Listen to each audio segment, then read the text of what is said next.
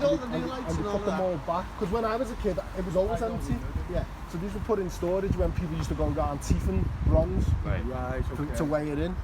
But anyway, this guy's Samuel Smith, and he's another one of these economic migrants to Liverpool. He comes from Kirkcudbright up in Scotland. He comes to Liverpool to become a cotton merchant.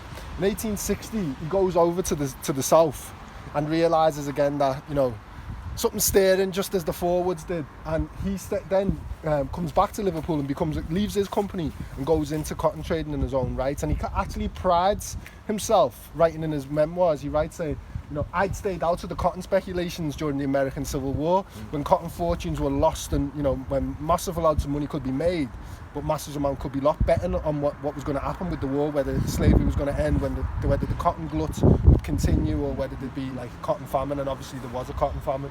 So people who bought cotton while the prices were low sold it during the famine at massively inflated prices. And then other people who'd been buying in cotton, they couldn't sell it when there was a glut.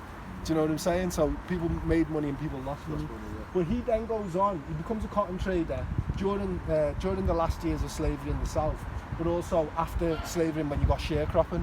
So, you know, this is the thing, people think that once slavery ended, everything was all right.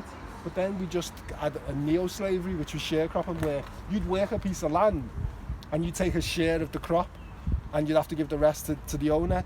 But out of that, you'd also have to pay for your tools, you had to pay for your accommodation, blah, blah, blah. So basically it was just another way of keeping black people as peons, working on the land and not being able to make any money to kind of improve themselves. And that system then stayed right up until the civil rights movement. Loads of people came out of the South because they were sharecropping. So that's what led to the Great Migration.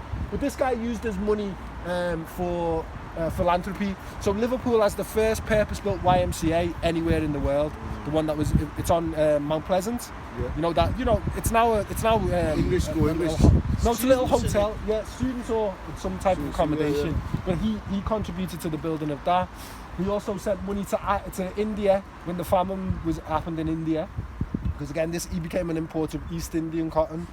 And he also gave loads of money. He gave money to transport the orphans to Canada, so Liverpool orphans that were shipped to Canada during the late 19th century. He was involved in that.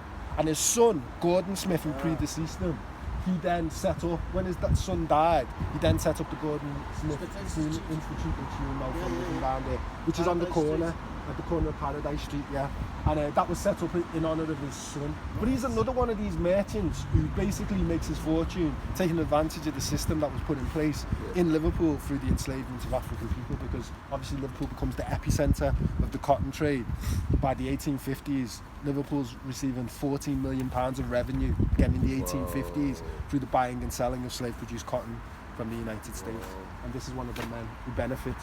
So this was erected in 1909 to kind of commemorate this man who'd been seen as this great philanthropist here in Liverpool. And Liverpool's philanthropy during the 18th and 19th centuries is underpinned by this great exploitation of people of African descent. Whether it's the Rathbones who we've seen, in the 19th century, or the 18th and 19th century, or this guy in the later 19th century. It's very much the story of so much of Liverpool's development. I don't know where he lived actually. I've never looked it up. I'm sure I can find out though. Again, it's the same with like Rankin. So you know Rankin Hall. The Rankins were Canadian timber merchants. Remember the old Chinese? What was it called? The Laos. Yeah, so that was the Rankins house. Yeah. So they come here as timber merchants, and then when cotton is more valuable, more lucrative, they become cotton merchants. And again, they're financing all their philanthropy. Rankin Hall, that was one of the contributors to the university. Through the buying and selling of slave-produced cotton. I think they were shouting you, though. Half that slow. I think shouting you.